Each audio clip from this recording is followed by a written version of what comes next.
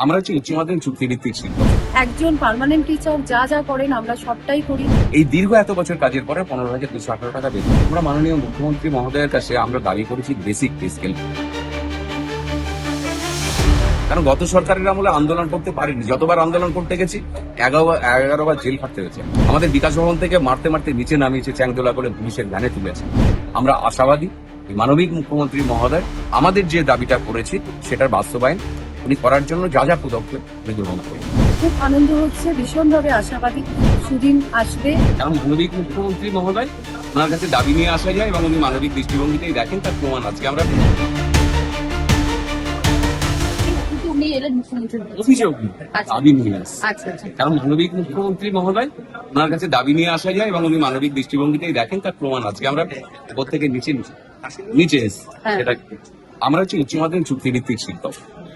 আমরা দীর্ঘ 23 বছর ধরে কাজ করছি, বর্তমান বেতন হচ্ছে 15,218 টাকা। আমরা কিন্তু সরকারের স্যাংশন পোস্টে এবং গ্যারান্টি নেট থেকে আমাদের বেতন হয়।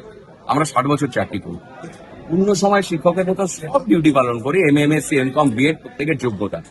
এই দীর্ঘ এত বছর কাজের পরে 15,218 টাকা বেতন। আমরা মাননীয় মুখ্যমন্ত্রী মহোদয়ের কাছে আমরা দাবি করেছি বেসিক পে স্কেল। কেন দাবি করেছি? যে আমরা 2013 সালে আমাদের কেস হয়েছে, কারণ গত সরকারের আমলে আন্দোলন করতে পারিনি, যতবার আন্দোলন করতে গেছি 11 বার জেল খাটতে হয়েছে, জেলে যেতে হয়েছে। আমাদের বিকাশ ভবন থেকে মারতে মারতে নিচে নামিয়েছে, চ্যাংদোলা করে পুলিশের ভ্যানে তুলেছে। আমরা সেই এর শিকার। আমরা সুপ্রিম কোর্ট, হাইকোর্টে সিঙ্গেল বেঞ্চ, ডিভিশন বেঞ্চ এবং সুপ্রিম কোর্টে আমরা জিতি আমাদের মামলা বেসিক পে স্কেলের। আমরা সেই রায় জেতার পরে আগের সরকার কার্যকর করেনি এবং কপিল সিব্বল পর্যন্ত দাঁড় করিয়েছিল আমাদেরকে হারানোর জন্য। আমরা পারিনি, আমাদের সামান্য সামর্থ্যে আমরা সেই মামলা জিতি। আমরা মাননীয় মুখ্যমন্ত্রী মহোদয়ের কাছে এটাই দাবি করেছি আমাদের বেসিক পে স্কেল চালু করা হবে। আমরা বাজেটে গত বাজেট যেটা হলো, আমরা বললাম যে স্যার আমরা বাজেটে আমাদের বিষয়টা কিছু ছিল না, অন্যান্যদের ছিল, বললো আমাদের পক্ষে এই শর্ট টাইমের মধ্যে সবটা জানা সম্ভব হয়ে ওঠেনি। আপনাদের আমি এই বিষয়টা মাননীয় শিক্ষামন্ত্রী মহোদয়কে পাঠাচ্ছি এবং একটা প্রপোজালও পাঠাতে বলবো, যাতে আপনাদের সঙ্গে আরো ডিটেল উনি বসেন, সেটাও আমি ওনাকে বলে দিচ্ছি। আর একটা প্রপোজাল পাঠানোর জন্য আমরা আশাবাদী মানবিক মুখ্যমন্ত্রী মহোদয় আমাদের যে দাবিটা করেছি সেটার বাস্তবায়ন উনি করার জন্য যা যা পদক্ষেপ উনি গ্রহণ করবেন। দীর্ঘদিনের লড়াই আজ মুখ্যমন্ত্রীর সঙ্গে সাক্ষাৎ হলো এবং উনি আশ্বস্ত করলেন, কেমন লাগছে? খুব আনন্দ হচ্ছে, ভীষণভাবে আশাবাদী।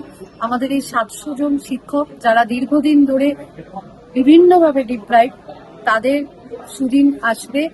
আমরাও অন্যান্য শিক্ষকদের মতো হাসি মুখে মনে শান্তি নিয়ে আমরা স্কুল করব। আমরা যদিও কোনোরকম আমরা সম্পূর্ণভাবে একজন পার্মানেন্ট টিচার যা যা করেন আমরা সবটাই করি। আমরা সম্মান পাই, আমরা ভালোবাসা পাই এবং আমরা সেই ভালোবাসা ফিরিয়েও দিই। কিন্তু আমরা যে মর্যাদাটার জন্য কিংবা সংসার চালানোর যে দাবি সেটার জন্য যে এসছি, আশা রাখছি আমরা খুব তাড়াতাড়ি সে সুফল পাবো। আরো ভালো ভালো খবর দেখতে সাবস্ক্রাইব করুন বাংলা হান্টের ইউটিউব চ্যানেল। বাংলা হান্টের আরো খবর দেখতে নজর রাখুন। বাংলা খবর মানেই বাংলা হান্ট।